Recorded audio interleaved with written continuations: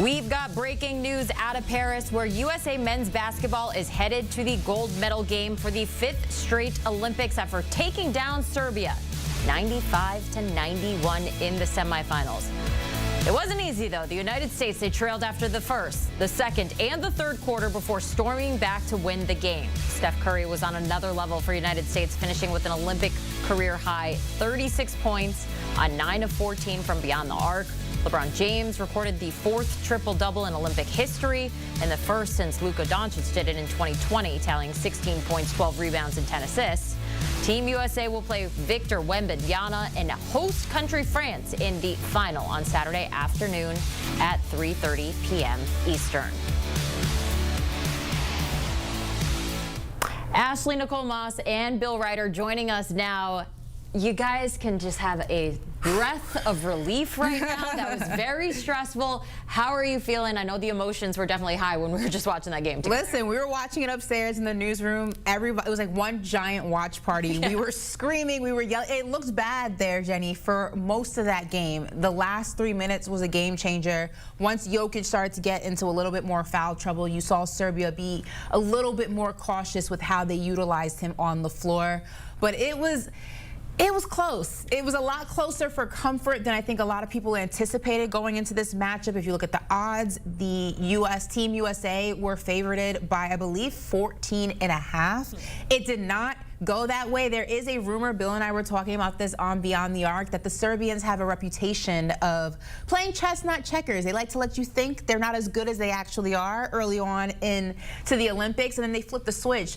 They flipped the switch, and it got real sticky. But listen, we sent the Avengers over there, and Steph, LeBron, Embiid, I know we'll talk about them in a little bit. They held down the fort. Absolutely phenomenal from them down the stretch. I feel emotionally upside down. I feel two emotions that should not occur when we're talking about USA trying to get to the gold medal game and obviously win that game, hopefully on Saturday. That's relief and sadness. I shouldn't feel relief because the game shouldn't be this close. At least we didn't anticipate it. Ash just pointed out how wide the point spread was. What a performance by Serbia. And maybe it makes me un-American. I don't mean to be, because I'm glad we won. I feel bad for that Serbian team. That is the performance of a lifetime. For huge stretches of the game, they could not miss, and it felt like the shortened FIBA games, these 40-minute games versus the 48-minute games we're used to. In the NBA, we're going to play to their advantage, that they were going to basically be able to run off the clock on USA, but there was just too much time. USA's talent and Embiid and LeBron and Curry overwhelmed them. So it's strange. It shouldn't have been this hard, and I have this strange sadness for Serbia, even though obviously I was rooting for USA, that they lost in such heartbreaking fashion after really having control of that game for most of that game. You look at some of the numbers here. Curry just really kicking it up, finished with an Olympic career high 36 points, 9 of 14 from beyond the arc. We talk about LeBron. He recorded his 4th triple-double in Olympic history.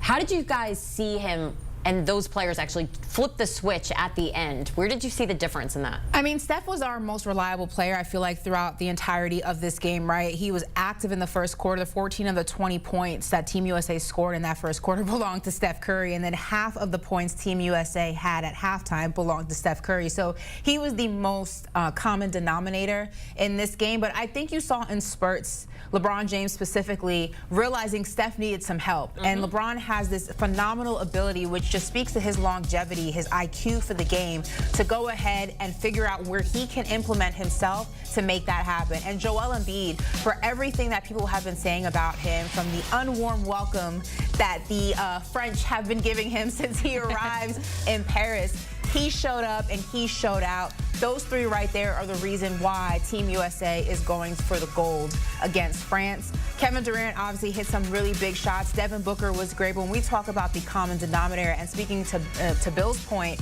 I mean, Serbia played a fantastic game. Look at these numbers. And there was one point where Team USA was shooting 50% from the 3 and 40% from the 2, and they were still down 12 points with 3 minutes remaining in the half. Serbia played a phenomenal game. It just was not enough when all cylinders were a go for Team USA.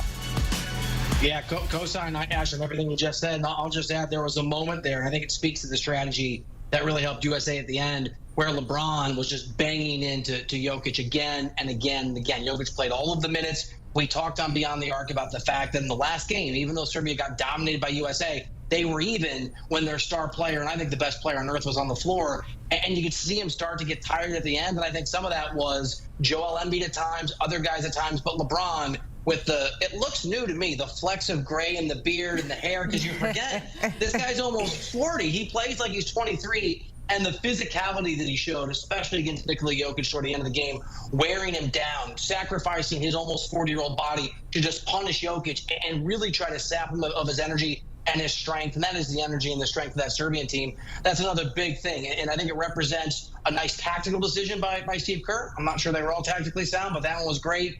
And just the passion and really the pain that USA knew that they had to put in and were willing at the end to avoid what would have been a catastrophic, absolutely unacceptable loss had they lost this game. I got to ask, though, you look at this team and they've gotten out to a slow start in this game. This is something that we hadn't seen during the Olympics play, something that we saw during the exhibition games. Is there a level of concern here going forward now, getting ready, preparing to take on France on Saturday in the gold medal game about those slow starts? I think there's always a level of concern, and I don't know if it was so much a slow start for Team USA as it was Serbia coming out right out the gate and establishing their dominance, which is something that we haven't seen in the matchups between Team USA and Serbia. Like I said, they flipped that switch, that rumored tall tale urban legend switch that Serbia always likes to allude to. They looked phenomenal. I mean, the bench looked great. It wasn't just Jokic-centric, which I think a lot of the times this team can be. There was great just team chemistry, ball movement. They were getting in transition. So it wasn't that Team USA didn't take their competition seriously. It's just that Serbia knew they had to be on their P's and Q's in order to beat Team USA or even come close, which they did. When talking about France, though, and I said this upstairs, if you're the French national team, you're watching this and say, okay, we know how to beat them. Now, the question is does France have the same type of offensive firepower that Serbia has? That's going to be the biggest question mark. Also, Rudy Gobert is going to have, you know, a tall order for him. These are guys that he goes against night in and night out in the NBA. He hasn't looked great. He's been on the bench for a lot of these big games. It's really been Wemby focus, Evan Fournier focus, Nicolas Batum focus. So it's going to be interesting what formula France throws at Team USA. But if they can take anything away from this game, it's if you come out and establish your dominant first and you control the pace, Team USA has to catch up to you. You don't want to have to catch up to them. Yeah, Jenny, for me, that is there a concern is sort of a yes and no answer, because there is a concern, and again, not to disrespect Serbia, but there's a concern when the game is this close, when you're down 17 at one point, and but for maybe some of that hot shooting continuing for Serbia, some big misses in the fourth quarter, we might be having a very different conversation. That can't happen. There are worries. I personally think Serbia was the biggest challenger to USA. Look, France is outstanding, and Victor Wembanyama is probably going to be the best player in the NBA for many, many years in the future, but he's not in the present. And this was a game where Nikola Jokic, so much gravity that he commands, so much personal excellence, his ability to make the guys around him remarkably better, especially Bogdan Bogdanovic, who for times matched Steph Curry. That isn't going to be the case against France. This Serbia team had the best player on earth, and they almost used him and his ability to make his teammates better, a challenger to the USA in a way that, on a level that almost led to the loss. I think it's a wake-up call for USA not to do that slow start out of the gate again. And as good as France is, and they're outstanding, without Jokic, without the best player on earth, I don't see how anybody now, with Serbia losing, beats USA. When you look at this team and the success that they found on the court, there was a clear player that was missing, and that's Jayson Tatum. And still trying to figure out kind of where he fits on this team. What does that say about Tatum? And then moving forward, do you think we're going to see some more action from him? It was crazy, Jenny, to see him not get any playing time in this game, especially with a lot of moments. Kevin Durant going cold. Bam Adebayo's not an offensive player. He's more known for his defense. You saw him take a corner shot, which is the easiest shot on the floor, and just absolutely brick it. You wonder why Jayson Tatum, who is a solid defender, and as we know, an NBA champion, All-NBA, an NBA All-Star. I mean, offensively, we know what he can provide on the floor in terms of scoring. So I don't understand the rationale of Steve Kerr. I don't understand Steve Kerr's relationship with Jayson Tatum. Honestly, this entire Olympic experience, it's very odd to me that Jayson Tatum has been kind of plucked and pulled and prodded in this entire lineup, and he hasn't been much of a factor. You've seen very small windows of Jayson Tatum. So I don't know what Steve Kerr is going to do with him. I would like to see him play against France. I think that he's better suited if you're going to talk about matchups, and that's why he hasn't seen much playing time. France is going to be the perfect opportunity to implement him in a lineup that I think would really suit what Jayson Tatum does well. But I'm surprised we didn't see him at all in this game. Yeah, Jenny Ash, it's bizarre.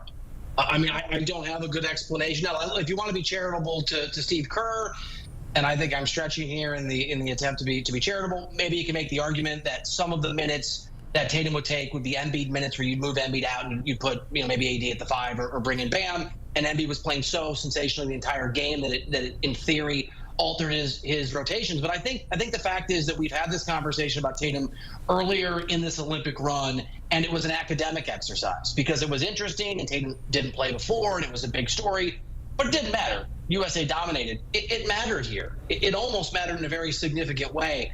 And yes, USA won, so Steve Kerr will not face what I think would have been a torrent of criticism and questions and problems about how do you lose to Serbia and not play a guy in Jayson Tatum who's all NBA, who's an NBA champion, who, by the way, pretty good defensively as well as offensively. He's an outstanding player.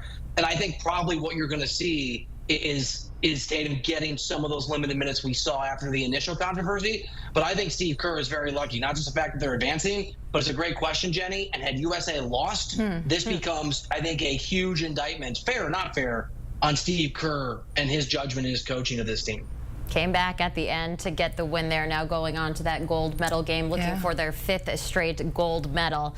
And France standing in their way. We alluded to it a little bit earlier, but I kind of want to spin it a little bit. What could France do to get the best of Team USA? I mean, they would have to take a page out of what Serbia did, and that is you control the pace early, you establish your dominance. If you watch, that constant ball movement was huge for Serbia because it made it difficult to defend just one guy. Usually, there's always a guy on the team, and this team you can say it was Jokic, and I think sometimes being so heavily focused on one particular player makes you forget or allows other guys to get a little bit warmed up and start cooking. Today, that guy was bogey. I mean, he looked absolutely phenomenal, but also the rest of the supporting cast did really well as well. So going into France, again, they don't have the same offensive firepower that Serbia does. At least we haven't seen that. Maybe they flip a switch too and we just aren't aware of it. Maybe they're playing mind games as well. But I will say you get out there, you control the pace quick, you offensively try to beat them and run that score up as much as possible. Speed kills, and I think that if they're able to go ahead and establish that early, it could give them their best fighting chance. But we're talking about a team in Team USA that matches up really, really well with France. I don't know if the same formula will ultimately work for them the way it did for Serbia tonight. Yeah, I think you're right, Ash. I think the big challenge is that Nikola Jokic commands so much gravity. And he's the best passing big man in the history of the sport. And we saw it tonight, even when he's not scoring, and he did score at times. You just have to pay so much attention to him. You have to double him. He will control the tempo. He will set the pace, at least when Serbia has the ball. He's just the dominant force on the floor, especially when Serbia has the basketball. And his ability to slow the game down and put it at the pace that his team wants, to find open shots for his guys, they just don't have that at the same level of excellence on that French team. There will be a time, I think, when Victor Wembanyama will be able to step onto a floor, even in the Olympics against a Team USA as loaded as this one, and dominate play, but he's not there yet. And so without Jokic's ability to make everybody markedly better than they are, he created so many open shots, so many open buckets. I mean, he's a one-man offensive game plan. It's pretty amazing to see it when it's not an NBA game, with all respect to the Serbian players, where we don't know who a lot of these guys are, and the same enhancement effect happens. That is why he's the best player on earth. He's the only guy on the planet that does it at this level right now. And the fact France doesn't have that and can't match America talent for talent, I think it's a really tall order.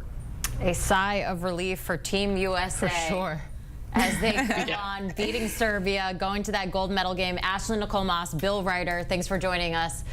And now you can breathe, my dear. I know that was stressful. We'll be talking about this game on Beyond the Arc. You can scan the little QR code right there. Our crew is going to be breaking down exactly what went down with Team USA in that semifinal matchup. Team USA raced a 17-point deficit against Jokic and Serbia to reach the gold medal game. We will have more reaction on the other side of this break.